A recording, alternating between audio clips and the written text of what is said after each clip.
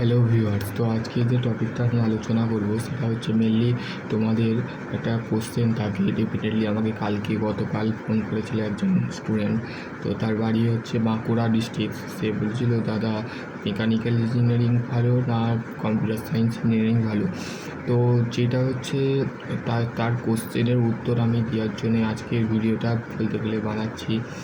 দেখো, mechanical engineering হচ্ছে একটা কোর ব্রাঞ্চ, ঠিক আছে। আর সিএসটি হচ্ছে কম্পিউটার সায়েন্সটি হচ্ছে একটা অথেন্টিক অ্যান্ড একটা হচ্ছে বলতে গেলে কোর ব্রাঞ্চ দুটোই, কিন্তু দুটোর মধ্যে বেস্ট কোনটা সেটা তোমার কোশ্চেন। সেটা হচ্ছে দেখো, কম্পিউটার সিএসটি ডিপার্টমেন্টের মধ্যে মেনলি বলতে গেলে আইটি পড়ে, তারপরে হচ্ছে আরও সমস্ত ডিপার্টমেন্ট আছে সিএসটির মধ্যে। তো যেগুলো তোমার করা দরকার সেগুলো হচ্ছে মেনলি তোমাকে সিএসটিও তুমি নিতে পারো, কেননা কম্পিউটার সায়েন্স হচ্ছে এখন ডিমান্ডেবল। তোমাকে সিএসটি কমপ্লিট করার পর দেন তোমাকে বিটেক করতে হবে, তারপর এমটেক করতে হবে, এইগুলো তোমার করারই থাকবে। তারপর হচ্ছে মেকানিক্যাল ইঞ্জিনিয়ারিংয়ের বলতে গেলে দুটোর মধ্যে তফাৎটা হচ্ছে ওইটা হচ্ছে একটা ডাটা সায়েন্স, ঠিক আছে। ডাটা স্ট্রাকচার, ডাটা সায়েন্সের মধ্যে পড়ছে সিএসটিটা। আর আমাদের মেকানিক্যাল ইঞ্জিনিয়ারটা বলতে গেলে মেনলি বলতে গেলে অটোমোশন, তারপরে হচ্ছে সিএনসি, তারপরে হচ্ছে ভিএনসি, এই সমস্ত রিগার্ডিং যে অ্যাপার্ট যে ডিপার্টমেন্ট আছে, অ্যাপার্ট যে আছে সেই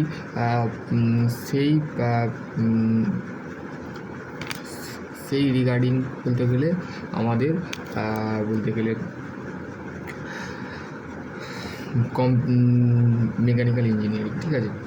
তো তোমাদের কোনটা নেওয়া বেস্ট হবে সেটা হচ্ছে তোমাদের যদি ব্যক্তিত্ব হিসাবে তোমাদের অল্প সময় যদি চাকরির ডিমান্ড থাকে, এখন বলতে গেলে মার্কেটের যে ডিমান্ডটা আছে সেটা হচ্ছে হাই ডিমান্ড, ঠিক আছে।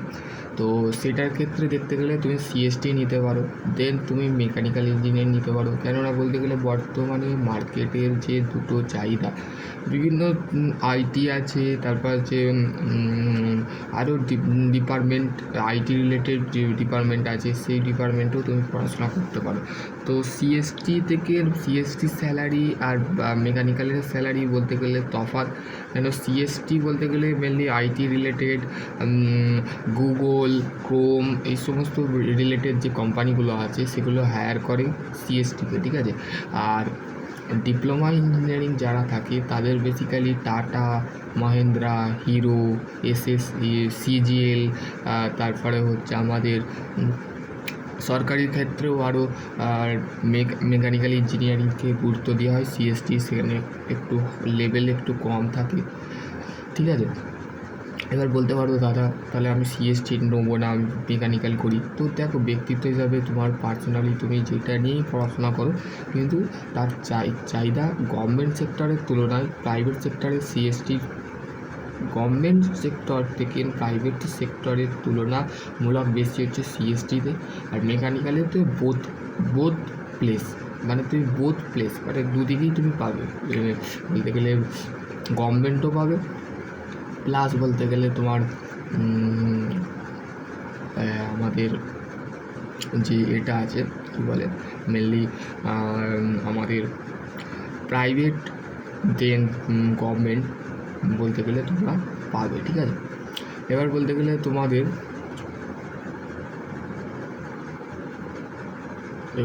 বলতে গেলে তোমরা বলবে, দাদা তাহলে আমরা কি মেকানিক্যাল ইঞ্জিনিয়ারটা নেব?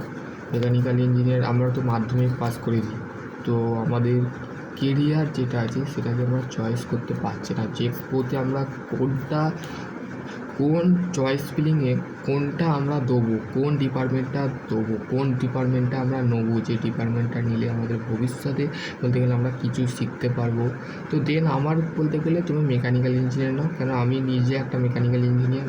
তো আমি বলতে গেলে তোমাদের ঘরে গাইড করতে পারবো। আর তোমাদের ঘরে আমার যে চ্যানেল আছে সেই চ্যানেলের থ্রু তোমরা এই চ্যানেলের মধ্যে পেয়ে যাবে মেকানিক্যাল ইঞ্জিনিয়ার থেকে আইটিআই থেকে সমস্ত রিগার্ডিং ভিডিও বানিয়ে দেবো, ঠিক আছে। তো দেন তোমাদের বলতে গেলে তোমরা মেকানিক্যাল ইঞ্জিনিয়ারটাকে চয়েস করো, কেননা মেকানিক্যাল ইঞ্জিনিয়ার বা সিএসটি যদি নিতে চাও নাও।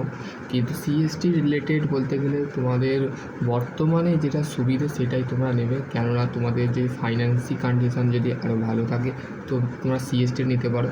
আর যদি একটু খুবই মিডিয়াম যদি থাকে তো তোমরা মেকানিক্যাল ইঞ্জিনিয়ার নিতে পারো, ঠিক আছে। তো আশা করছি তোমাদের যদি আরও কোনো কোয়ারি থাকে তো ডেফিনেটলি কমেন্ট সেকশানে কমেন্ট করবে, ঠিক আছে। কেননা কারণ তোমাদের কমেন্টেই আমি বলতে গেলে হেল্পফুল পাই, ঠিক আছে। তো দেন আজকের টপিক এতটুকুই। তো এটা নিয়ে আজকে ডিসকাস করলাম, কেননা তোমরা বর্তমানে জিক্সপো এবং বুকলেট দিচ্ছ, সেই অনুযায়ী কিন্তু তোমাদের কোশ্চেনটা ছিল, সেই কোশ্চেনটার উত্তর আমি কিন্তু তোমাদের দিয়ে দিয়েছি। তোমাদের যদি আরও কোনো কোয়ারি থাকে তো হোয়াটসঅ্যাপে তোমরা পার্সোনালি মেসেজ করবে না, নম্বর। আর 2 নম্বর হচ্ছে অবশ্যই কমেন্ট করবে। 3 নম্বর হচ্ছে তোমাদের আরও কোনো কোয়ারি থাকে তো অফিসিয়াল যে হোয়াটসঅ্যাপ গ্রুপ আছে সেই হোয়াটসঅ্যাপ গ্রুপে অবশ্যই বলবে, ঠিক আছে। পার্সোনালি যদি আরও গুরুত্বপূর্ণ যদি থাকে করতে পারো, কিন্তু বলতে গেলে আমি তো বিভিন্ন সেক্টরে দেখো ব্যক্তি হিসাবে আমি বলতে গেলে এই একটু বাদেই আমি বেরিয়ে যাবো 3:30-4টের সময়, তো আমি সেখানে পড়াতে যাবো। তো সেই রিগার্ডিংয়ের অনুযায়ী রাখতে গেলে তোমাদের ঘরে বলতে গেলে তোমরা ডেফিনেটলি আমাকে কমেন্ট সেকশনে কমেন্ট করবে, ঠিক আছে। আশা করছি তোমাদের আরও কোনো কোয়ারি থাকবে তো অবশ্যই তোমরা কমেন্ট করবে এই ভিডিও বলা রইলো, ঠিক আছে। তো চলো আজকের টপিক এইখানে এতটুকুই, এর অন্য কোনো ভিডিও তোমাদের সাথে বলতে গেলে ডিসকাস করবো। তো আজকের টপিক এতটুকু, সকলে ভালো থেকো, সুস্থ থেকো, থ্যাংক ইউ।